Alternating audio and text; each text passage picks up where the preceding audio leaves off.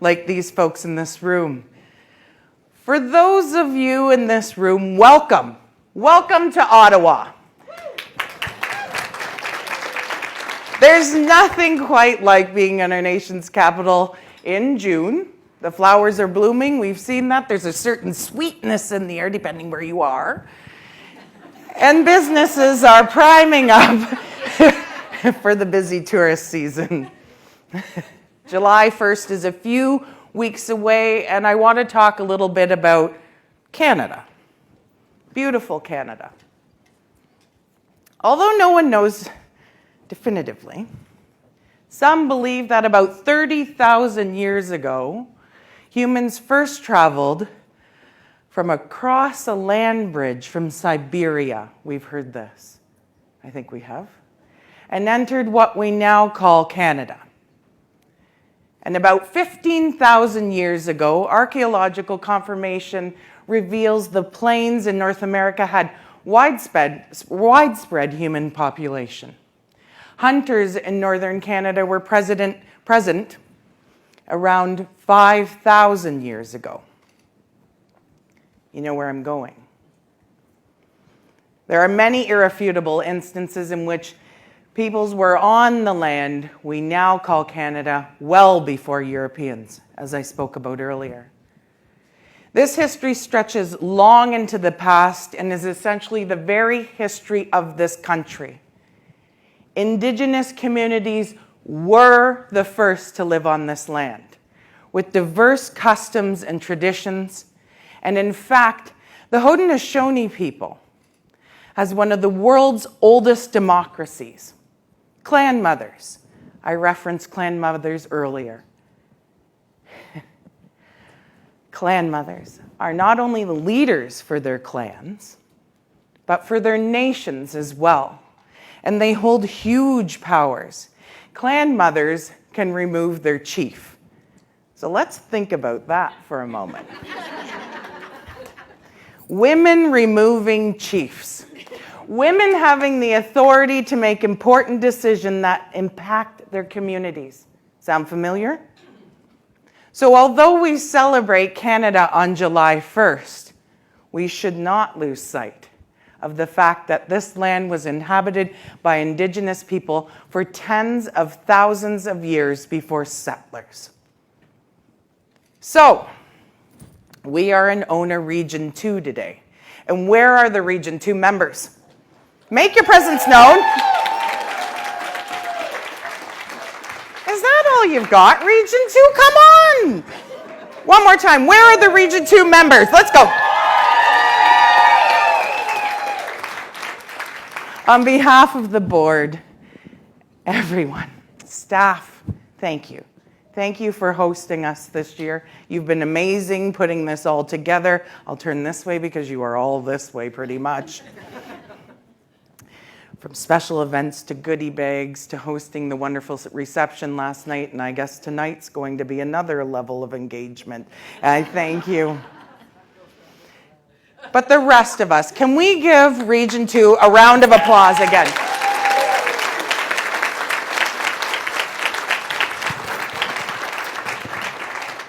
I want everyone to take a look at the slide. Where is the slide? Here we go. There are 6 figures featured here. What do they all have in common? What is the thread that holds them all together? They're bosses. That's right, they're terrible bosses. One ensures his employees work very long hours on statutory holidays. Sound familiar? One gives zero cares about the environment. One kills his staff if they don't follow his orders. And 2 are pretty much loners who scarily control the majority of the interweb's narratives. Interesting group there, motley crew. And I would like to do a quick straw vote if you don't mind. Are you ready? Now this will be...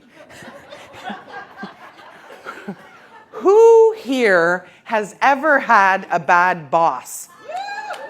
You know them when you have them, trust me. Come on, now let's see hands up. Hold them up.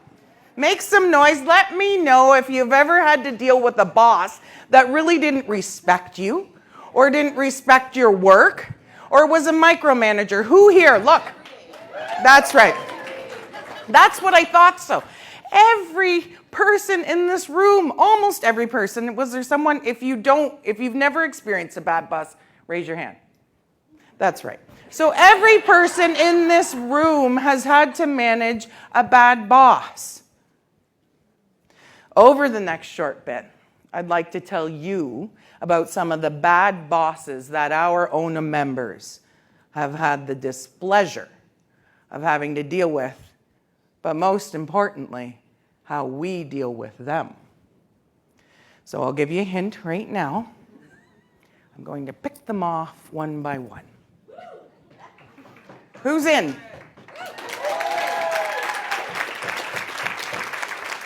But before I do that, I want to talk a little bit about something that happened last month. Who's aware of sports jock Harrison Butker? You may have heard him. Yes. See, we have sighs and moans. He gave a university commencement speech last month where he addressed the women graduates directly in an attempt to counter the most diabolical lies they have been told. More than professional achievements, Harrison said women should be excited to take over the role of homemaker and wife and forget about careers. So I have a message for Harrison. Our power, our strength, and our ability to make our own decisions as women are not diabolical lies. And we know the truth, and we refuse to believe their diabolical lies. And our society must not revert back to submissiveness and the notion of being seen and not heard. And we must rise up and challenge these very backward beliefs. Who is with me? And sexism is one of the reasons that nursing and care work are undervalued compared to other male-dominated professions. If caring is a natural calling and not a skilled profession, why pay us? Why respect us? But we know the truth, don't we? Do you know the truth? Well, let me hear you. Come on. If you know the truth, let me hear it. The good news is that we can build our collective power to challenge discrimination and those bad bosses. And we might laugh at bad bosses sometimes, but listen, their impact on members is no joke. We've said it before and we'll say it again, ONA members do not fear power. And we are coming for the bad bosses out there. So let's get to it here. I'd like to tell you a story. It's a very inspiring story, and I think you all know how I feel about this group. That proves just how powerful our members are when we come together as one. It involves a very feisty and loud nursing homes provincial negotiating team. Where are you? Stand up. There you are. Give them a great round of applause.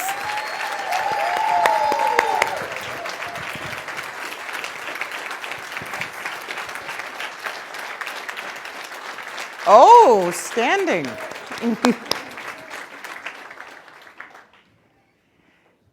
And many members back this team, and the ONA staff, and our community. So let me set the scene. This is interesting. I think you'll like this. We found out that nursing home's bad boss, Extendicare CEO, Dr. Michael Greer, was to speak at a fancy business breakfast at the University of Toronto. His topic, now get this, thinking differently, recreating a health system we are proud of. So I will cut to the chase and summarize his grandiose plans, although I'm sure everyone in this room and out there can guess. He wants to privatize the province's entire healthcare system. He wants to continue to drive profits to shareholders at the expense of patients, residents, and clients. And he wants to privatize healthcare, not just in Ontario, but across the entire country. And that is a shame. So here is bad boss Michael Greer giving his talk to some big business CEOs at the University of Toronto. And during the breakfast meeting, ONA members, staff, and allies set up a very large and very loud picket, as we do.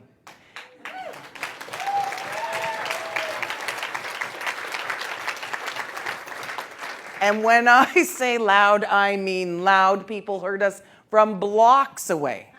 For 2 solid hours, we chanted, we yelled, and we greatly irritated those who were trying to listen inside, including Michael.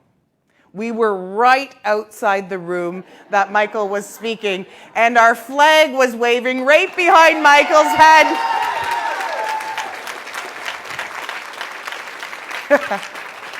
This is visual poetry.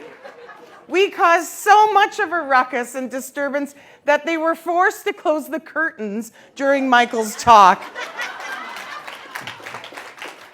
Now, I think you believe me, but if you don't, we have a clip. Linda. In a perfect world, I would much prefer to see healthcare being a not-for-profit enterprise. But that would mean that our capital needs would have to come from donors. And that's just not practical, given the challenges that we need in terms of investment in the sector.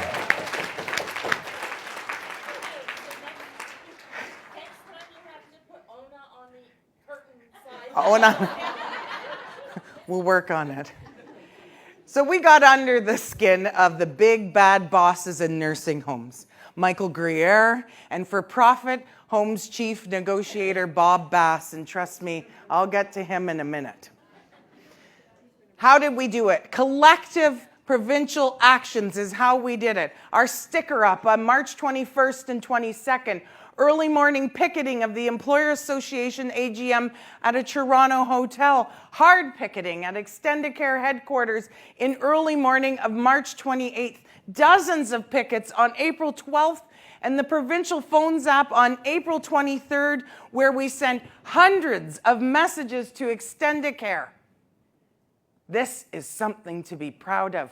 We made our targets squirm. We made them become guarded and agitated and a little bit scared. Yes, scared. What were we going to do next? Who were we going to target and how? And after our amazing Extendicare negotiations, or picket at Extendicare, our negotiations manager, Pat Carr, received a call from another for-profit, Sienna. And they asked, are we next? You're next. Good. Good, I say. They're scared. We're keeping them on their toes. They're looking over their shoulders. And this is additional proof that our actions work and they get results. You only need to look at the nursing home's decision. Look at the decision. It includes the most significant wage increases in nursing homes in more than 30 years.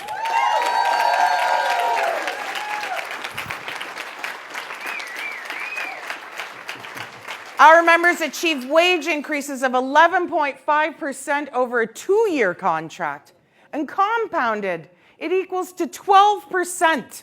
That's amazing. And these increases are for all classifications: personal support workers, registered practical nurses, guest attendants, nurse practitioners, and registered nurses. That's amazing. And what else did we achieve? RPNs can now access professional responsibility process up to mediation. This is a hard-fought win, and it is huge. It's a huge gain for our RPN members. It's amazing. The decision awarded increased union leave time from 65 to 70 days, and paid holiday lieu days can be carried over if members are not able to schedule them off until March 31st of the following year. The days will be paid out if they have not been scheduled by then. And how about Article 206? The job security language. The employer demanded this article be removed from the collective agreement. Well, we won this fight too, and Article 206 remains.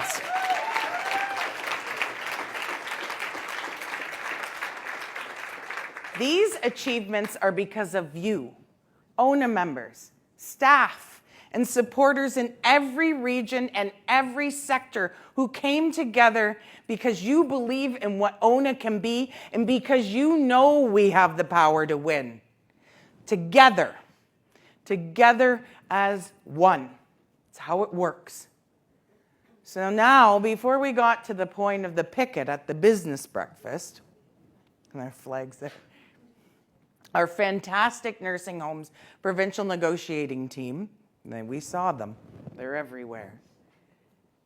Our CEO, Andrea Kay, First VP Ange, and I tolerated several full days of bargaining with these corporations, you can imagine.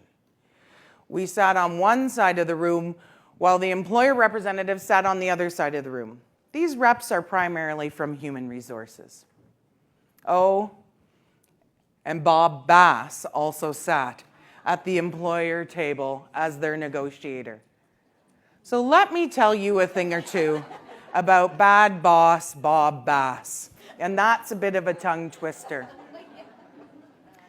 He has been in the negotiating business for decades, and ONA has been opposite him during many, many bargaining battles, and he is not a pleasant guy. And frankly, I can barely tolerate him and his revolting attitude. During this round of bargaining, he was rude and very demeaning. And at the bargaining table, he called us girls. Not once, not twice, but several times. His misogynistic attitude came out loud and clear. And that was not the only debasing thing he did while we were at the bargaining table. Our negotiating team brought up implementing anti-racism and anti-oppression language in the new agreement and ensuring 2S LGBTQI language is used within our contracts. Bob Bass's response? He was rude and blustery and dismissive. In fact, he said something quite inappropriate like, well, just as long as we get a plus in there, I guess that'll cover it. It'll cover those people, all of them. No, Bob, that does not cover it, and far from it. After his comments, ONA's nursing home bargaining team went back to caucus. I must emphasize that when provincial bargaining occurs, it is highly unusual for a union president to speak at the bargaining table. In fact, it's very rare. And when we got back to the caucus, negotiations manager Pat Carr turned to me and asked if I would like to respond. Yes, Pat. Thank you. Yes, I would. We all rejoined back at the large negotiating table, and I stood and I spoke. And I didn't mince words with Bob. As you know, I rarely do mince words. At first, I told him that I was one of them, and that I couldn't sit here any longer and listen to this BS for one more minute. I told him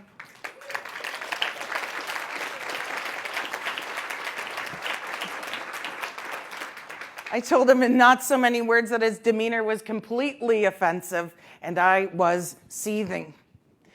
This from a man who has been negotiating large collective agreements for many decades in many sectors. Employers and governments are putting their trust in this man? It's disgusting. As I was talking, he started to squirm and he looked a little uncomfortable, and rightfully so, because he knew he was caught. He acted inappropriately in front of the wrong crowd, and he was caught red-handed. And I finished my response with 5 words. I'm putting you on notice. Yes.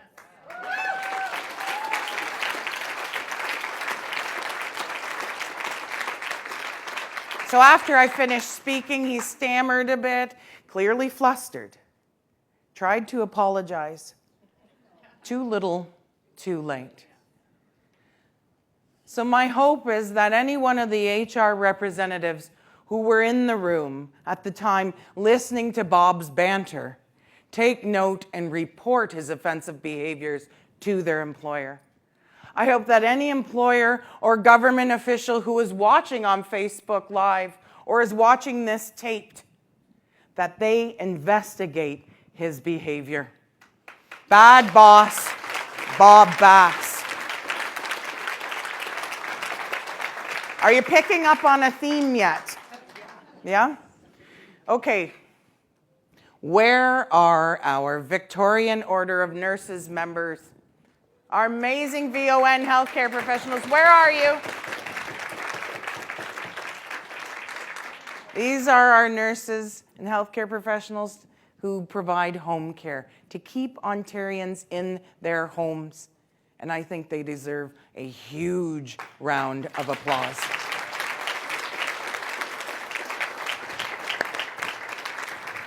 So I'd like to talk about a very interesting thread that is related to VON. It's another story, you know how this goes. So please be a bit patient because there's a few parts to this one. Last fall, we were forced to go to arbitration for our VON members. The employer representative was Ryan Wood of Bass and Associates. Yes, Bass and Associates, but I digress. I'll leave that for now.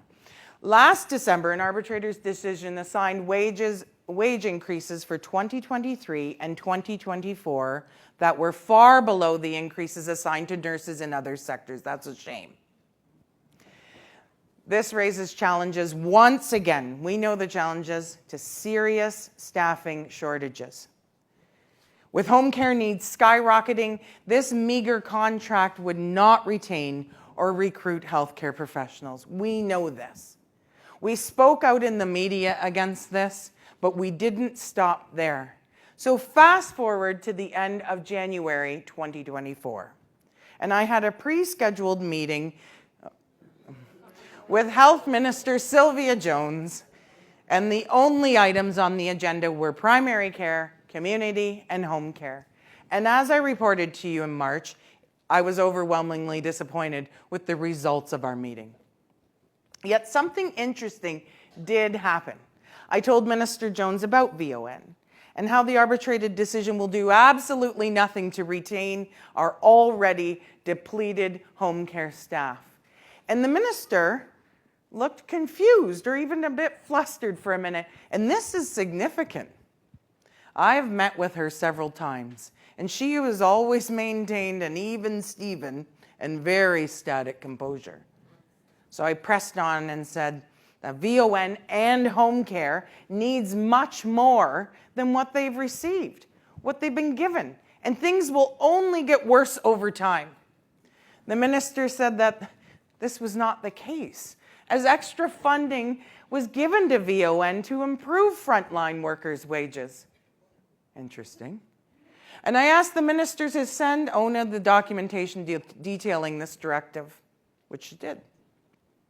So here, ONA had a government-issued memo directing VON to give workers wage increases, yet it was not being followed. That's a shame. As past VON negotiating team chair Lorna Thompson put it, we had to help the employer find the money. Yes, that's a polite way of putting it, Lorna.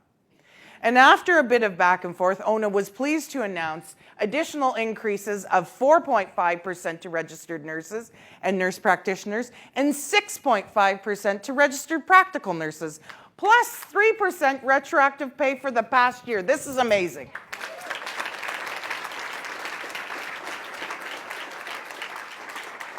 Added to the increases assigned to the original arbitration decision, this results in an overall wage increase of 8 to 10% for VON and our members. Amazing. So here's one takeaway from that experience. We always need to speak to the government, even when we do disagree with them, and you know we disagree with them. so they can hear firsthand about our experiences, our demands, and our advice. Because you never know where these discussions will lead. So speaking of VON, I'm very pleased to announce that Lorna Thompson and Lucia Masum have been acclaimed for the VON provincial bargaining team. Well done. And we are holding a call for nominations meeting at this meeting for 3 more VON bargaining region representatives, so please stay tuned. VON goes back to the bargaining table in early 2025, and hopefully Bob Bass and Associates will not be representing the employer. Can we show the bargaining video? Please roll it.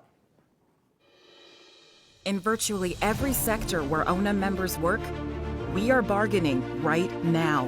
Nursing homes members are demanding resident care over profits, and the results prove that we fight to win. Victorian Order of Nurses and hospital members head to provincial tables next year, and we are ready. Home and community care support services and public health members demand gains. We are showing employers and the Ford government our collective power. We engage our coworkers, speak to media, and organize collective actions. We are here today to demand extended care. Choose care over profit. Care over profit. Care over profit. At the bargaining table and in the streets, we fight for better wages, better working conditions and staffing ratios, for better care for our patients, residents, and clients. Join the fight.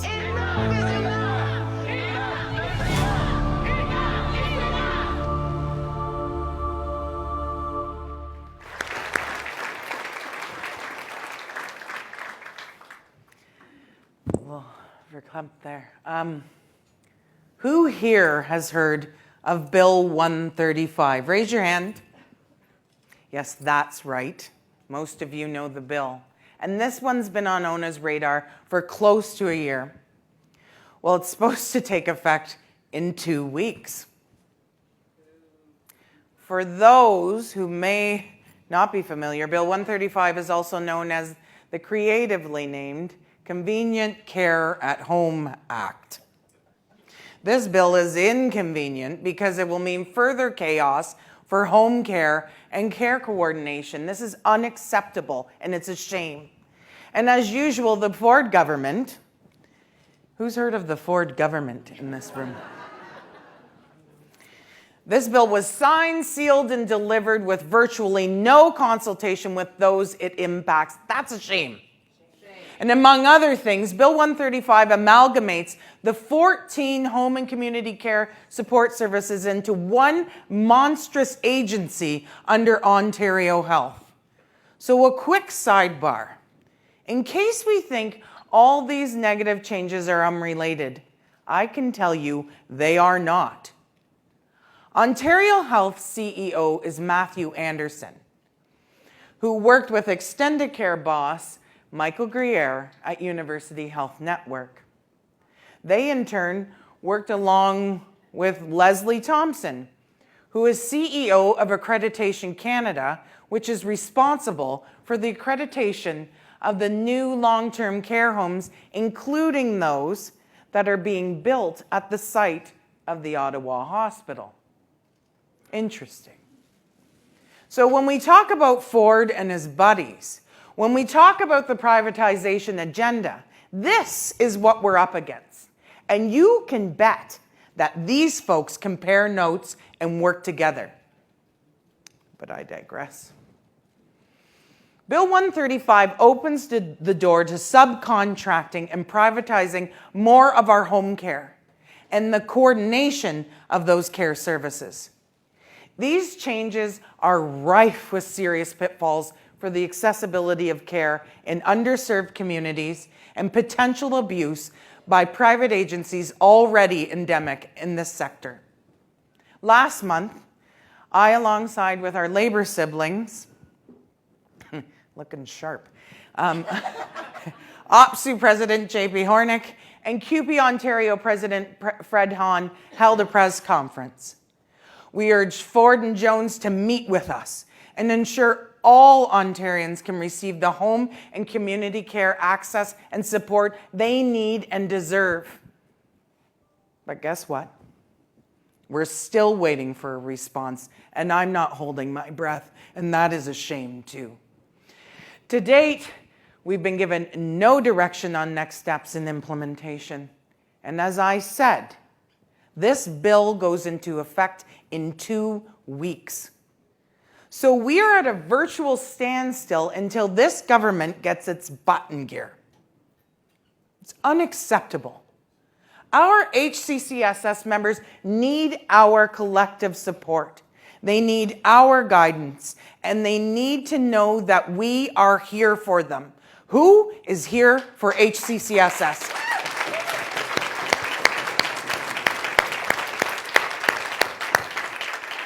So I'd like to show a video about Bill 135. Linda, please roll.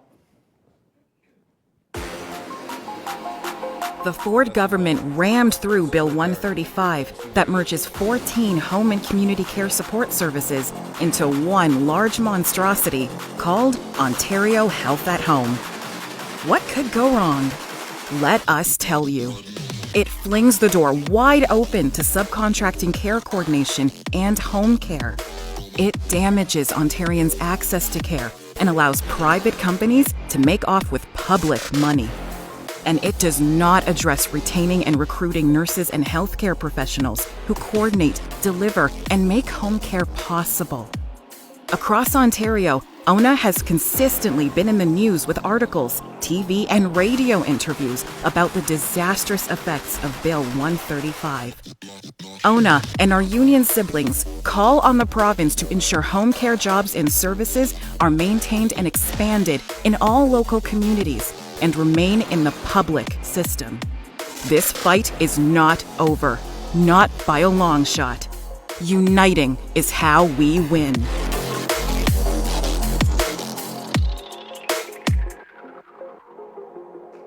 Are we united? So I don't have a crystal ball, but I suspect we'll be facing, general workforce chaos again. This is also a theme, including some type of public sector labor relations transition act or PLSRTA campaign to determine union representation when this forced amalgamation occurs. But you know something? Big bad boss Doug Ford thinks, that one's a good one, that this deliberate home care chaos will break down Ontario's labor movement. He thinks he can pit labor sibling against one another and tear down our House of Labor brick by brick. He hopes that it will create a wedge into union solidarity and support. But I have a clear message for Doug Ford. It will not. It will not break down labor unions. It will not succeed in sowing division. And it will not undercut the power of workers. In fact, it will do the opposite of its intention. It will. This bill does. It enlarges the already huge target on Doug Ford's back. It solidifies Ontario's labor movement as a 1 million person strong force of workers who will not stand by while Ford tears down Ontario. Are you with me? How dare he treat workers in such a flippant way? Does bad boss Ford think we will stand idly by? Are we going to stand idly by? No. Silly him. Doug Ford should know better by now. Ontario Federation of Labor President Laura Walton will be here tomorrow to bring greetings. And I bet she'll have some more terse words about bad boss Ford. So stay tuned. Keep your ears to the ground as we take this fight to the next level. Last month, our HCCSS's 4,000 plus ONA members ratified a new collective agreement that expires on March 31st, 2025. It is a one-year agreement with across-the-board wage increases of 3%. So don't get me wrong. When the provincial government approached ONA to negotiate a new collective agreement, we proposed many items, including wage harmonization, enhanced benefits, mileage improvements, and so much more. But the employers who received their directives from the Ontario's Treasury Board, the holders of the purse strings, we've heard them many times, were given a mandate of a one-year wages-only agreement. We met with ONA's HCCSS bargaining team, which includes BUPS, and provided the details of the draft agreement. The team agreed to recommend it to the members, so we held voting meetings for ratification. The result was ratification across the HCCSSs. With what was coming up for the sector in Bill 135, we strategically needed our members to be stable before going into amalgamation because there are so many wild cards out there. Remember though, this is the old way we used to bargain. Employer comes to ONA and back and forth and so on. The way we will be bargaining for HCCS will now change for this sector. Moving forward, there will be changes, and I cannot wait to see what happens when we implement our new way of bargaining for this sector. It's going to be amazing. ONA honored Nursing Week last month.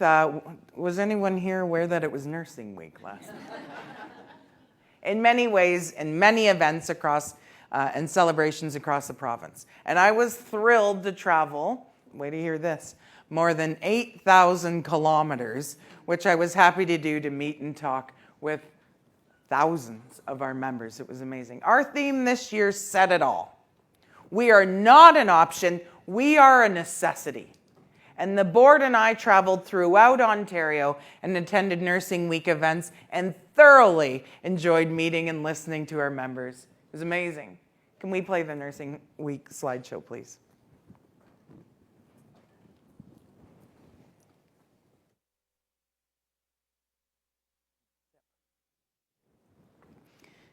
You'll recognize some faces there.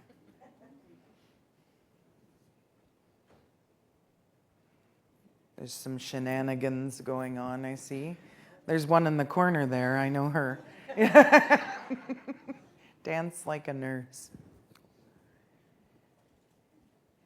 So do you mind if I just circle back for a minute on big bad boss Doug Ford?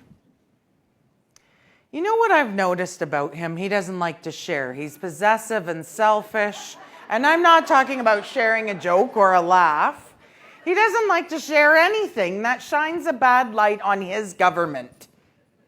In May, several provincial news outlets, including the Globe and Mail, the CBC, reached out to ONA about our reaction to a Freedom of Information request. The media wanted to know what the government's projected staffing shortfalls are for healthcare in the next several years. And simple enough request, right? They keep the books on these numbers and should be easily located and sent to the reporters. It seems simple. Well, apparently not. The Ford government turned the reporters' initial requests, turned them down. Anyway, Vicky used to say, for Pete's sake, and I'm going to. So the media appealed the decision. Again, the requests were turned down. Why? According to the decision, and I will quote here, the withheld information points to specific shortages in 2022, 2023, and 2024, and also estimates gaps in these areas at 5 and 10 years in the future. If the withheld information was disclosed, bargaining units would be in possession of the ministry's specific numbers. And I, meaning the arbitrator, agree that it is reasonable to expect that they would be used in negotiations to affect overall compensation. You're damn right we would use it in our negotiations. Why wouldn't we? ONA has emphasized for years that the healthcare staffing shortages are extreme and they would continue to worsen. We've heard this, who remembers these campaign after campaign? The Ford government's policies have driven more nurses out of the public healthcare system. And although retention and recruitment remain vital, there is nothing happening to curb these losses. The Ford government has proclaimed that they have hired tens of thousands of nurses. Yet if this is true, why is he hiding the data? What is Ford afraid of? Why isn't Ford telling us the whole truth? Let's be honest. The truth is probably brutal.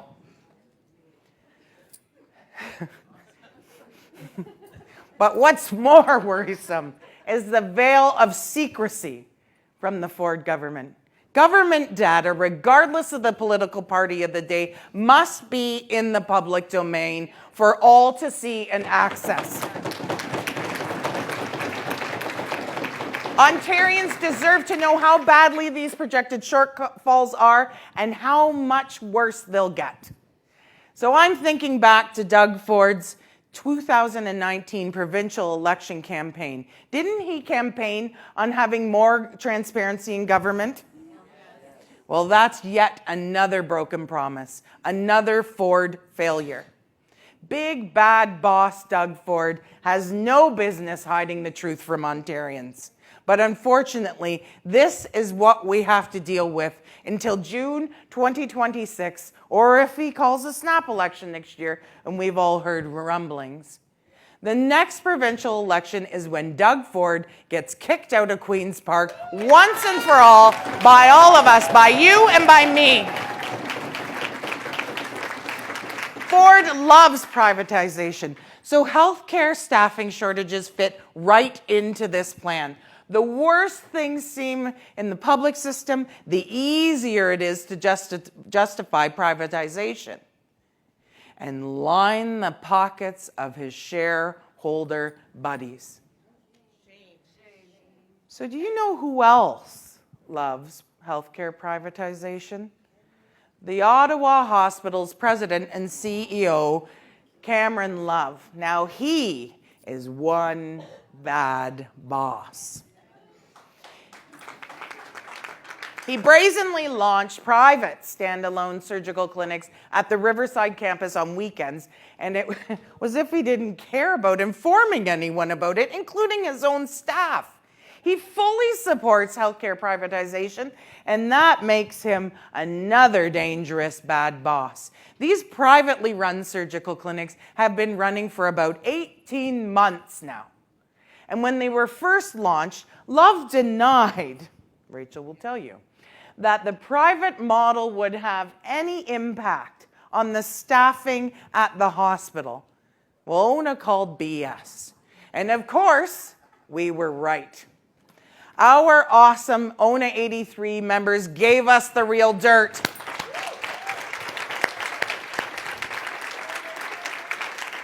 The hospital has had to hold many weekend blitzes to catch up on backlogged publicly delivered surgeries. Nurses and healthcare professionals left to work for private clinics, which led to difficulties finding enough nurses to work on Saturday, the same day the private clinics operate. This is a shame. And difficulties calling in casual and part-time staff to fill in the gaps is now the norm. There are so many staffing challenges, all thanks to Cameron Love. Hospital CEOs have a lot of sway with the Ford government, and right now, bad boss Cameron Love wholly embraces Ford's plan for privatization. Cameron Love must be put on notice too. We will continue to demand that privatization has no place at the Ottawa Hospital. Who's with me? Because we know why. Because settling is not an option. Because we are at stake. We will continue to insert ourselves into this conversation and many more. And we are coming for bad boss Cameron Love. And we'll get our chance when we drop in on Thursday at the Ottawa Hospital for our rally.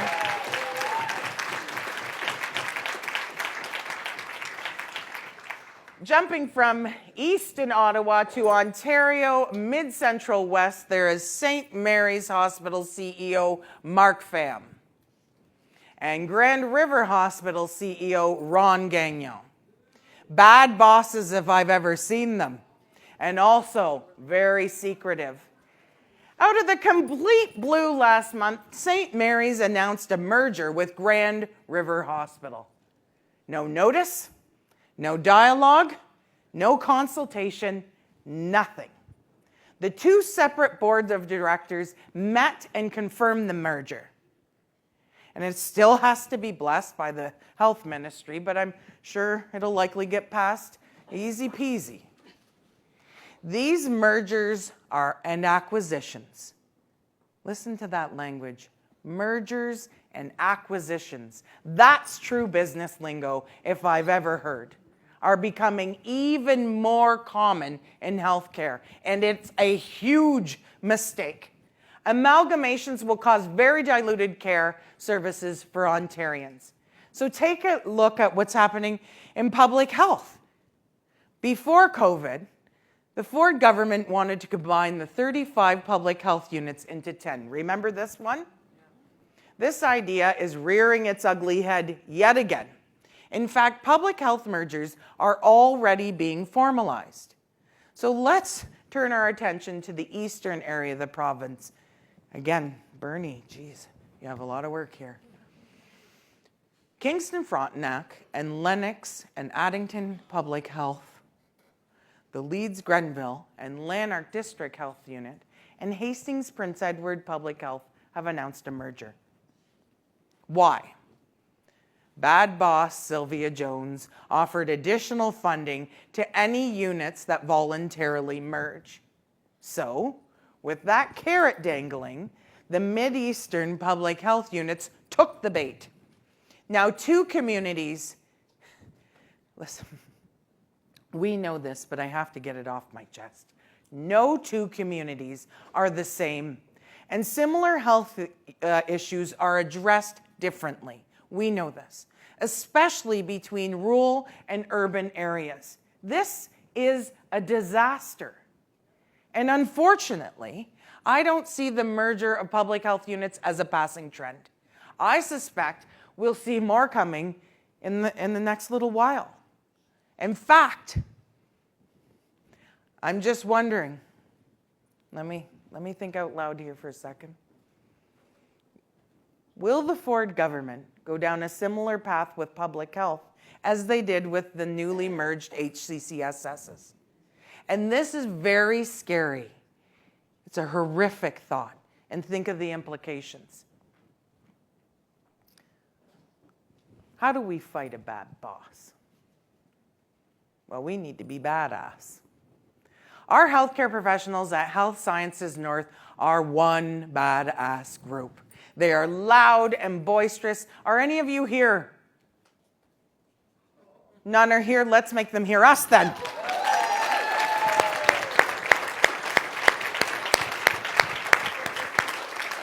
For more than 2 years, they've been working under an expired contract. Shame. Last month, Ange, Dawn, and I attended a huge rally in front of the hospital demanding a fair contract for the more than 100 different classifications of healthcare professionals.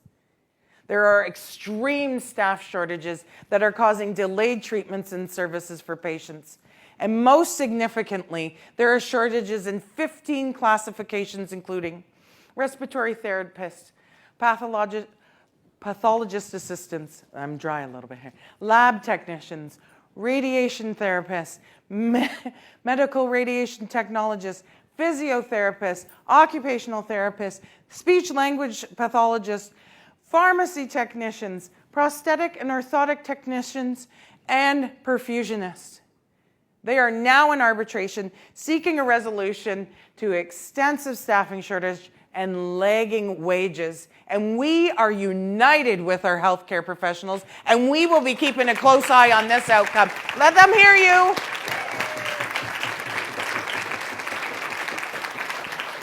I'd like to give a huge shout out to nurses at Muskoka Algonquin Healthcare. Are you here?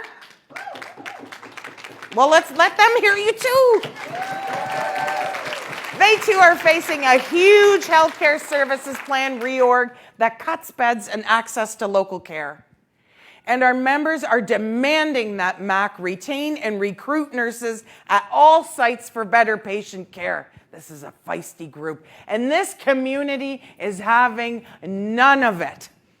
It's amazing, and we've been very outspoken about this disaster of a plan that will basically cut care to the bare bones in this community. And dozens of our members and supporters held a large rally, and it was really loud. It was another good one, barn burner, on May 25th, and I was thrilled to be up there to support them, rain or shine. This is not over yet. And we are going to continue to support our members and the community to demand that residents receive the care that they need and deserve.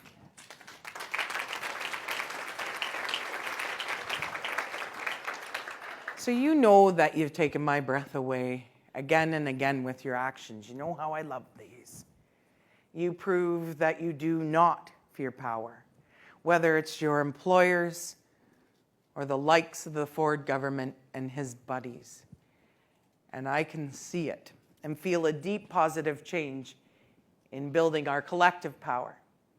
So this year, ONA is involved in organizing for power and an international networking and training program for organizers. The organizers share the same prerequisites. They are organizing every member in a defined base or structure, like a bargaining unit, to take high participation, collective actions to make change in campaigns. And the focus for ONA is training formal and informal leaders in the hospital sector for now to build really strong bargaining unit hospital contract action team. And that's for the upcoming bargaining. And I am thrilled to announce that 70 leaders have been recruited by bargaining unit presidents in each region. And they have committed to reaching each member in their bargaining unit using one-to-one structured organizing conversations to move coworkers in structured tests or collective actions that will take place during hospital bargaining. This is building our power. What do you think? These tests will demonstrate our unity and commitment to fighting for provincial bargaining demands. This is awesome. It is ONA's goal that this kind of deep organizing, where the focus is on building the high participation of membership, will support hospital nurses and healthcare professionals to build the power they need to win in this round of bargaining and going forward. Who thinks this is great? And we're building power in other ways too. ONA's tapping our amazing retirees. Where are you, Ann? I saw you over there. On the shoulder to join us. Our retirees will be joining us in our actions and our fight, and I am stoked. Retirees can now become retired members for free with no need to renew. I think this is amazing. We're also thrilled to create the Retiree Network Advisory Team, which will be key in promoting our retiree membership with their communities and to stay connected with our collective fight. The RNAT will have one retired member from each region, along with leaders and staff. The RNAT is being selected later this month with orientation this summer. And the first meeting will be held in the fall so that we can build momentum for these upcoming actions. Stay tuned. Who's excited to have our retirees with us? ONA continues to move full steam ahead with our award-winning, that's a beauty, ad campaign that focuses on healthcare professionals' shortages and the Ford government's expansion of for-profit services. We strategically placed transit ads around Queen's Park, in newspapers, and ran radio ads in markets across the province, featuring ONA members.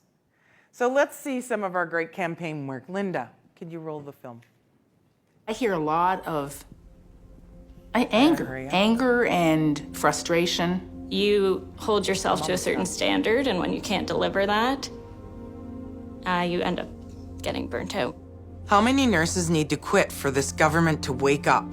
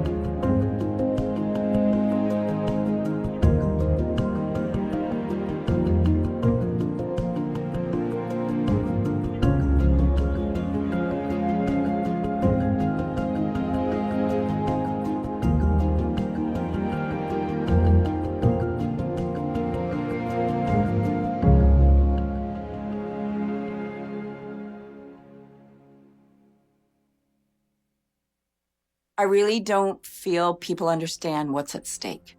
Privatization of healthcare would mean even more staffing shortages, even less funding, even less resources. The real cost will be to patients in the public system.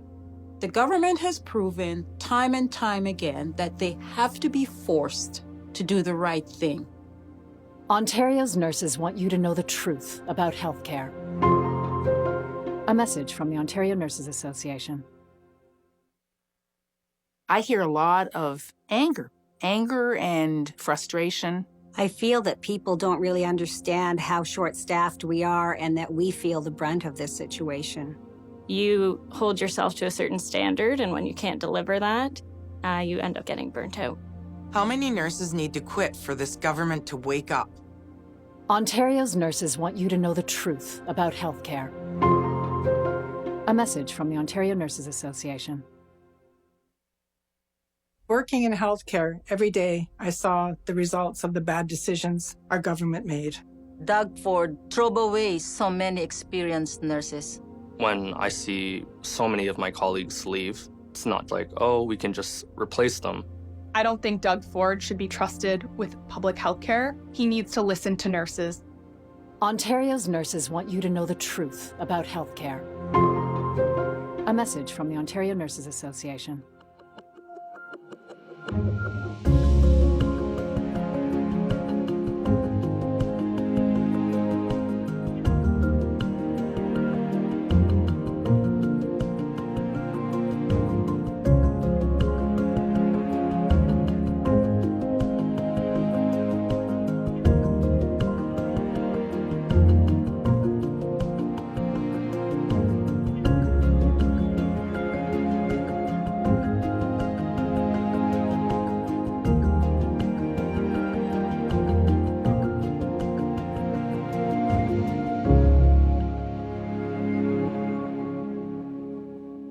Our amazing members.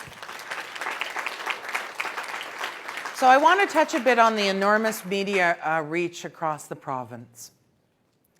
Earlier this year, we conducted a 12-month media review, which clearly shows that we outperformed comparator organizations. Not that it's a competition, but you know how I get. But the results show that ONA received the most media mentions related to healthcare workers at more than 40%.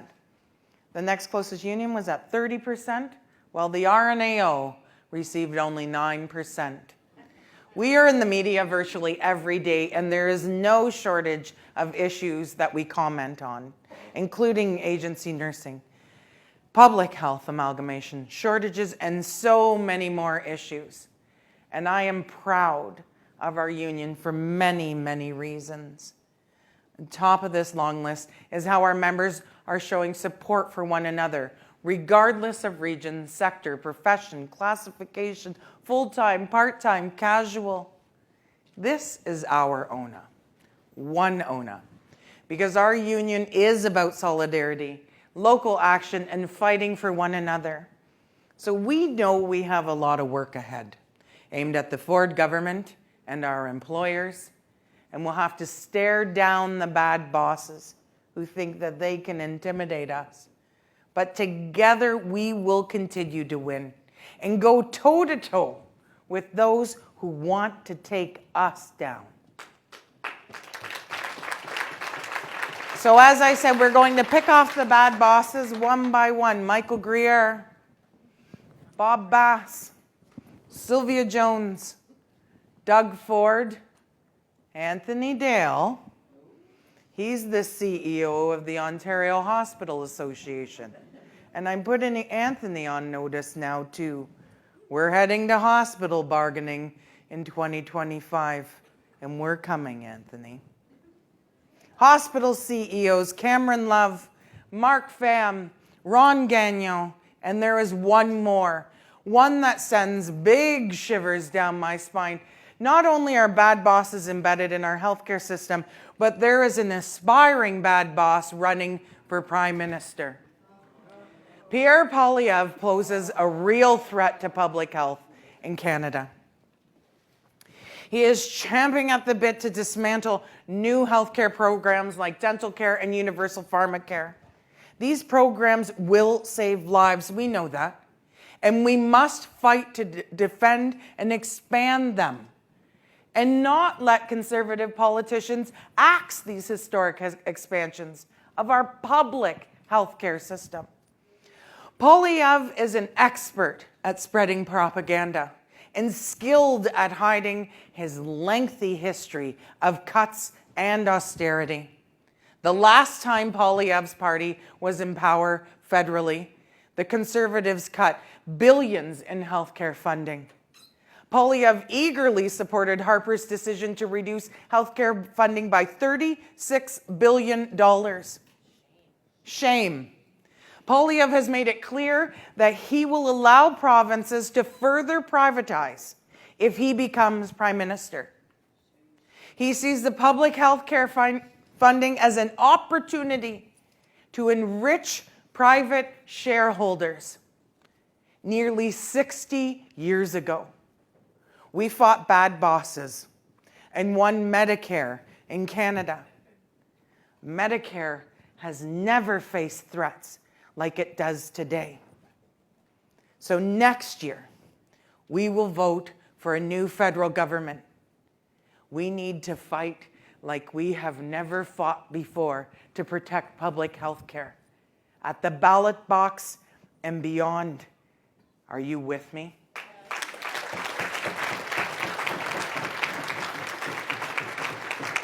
We've all faced bad bosses and had to deal with them in our own way.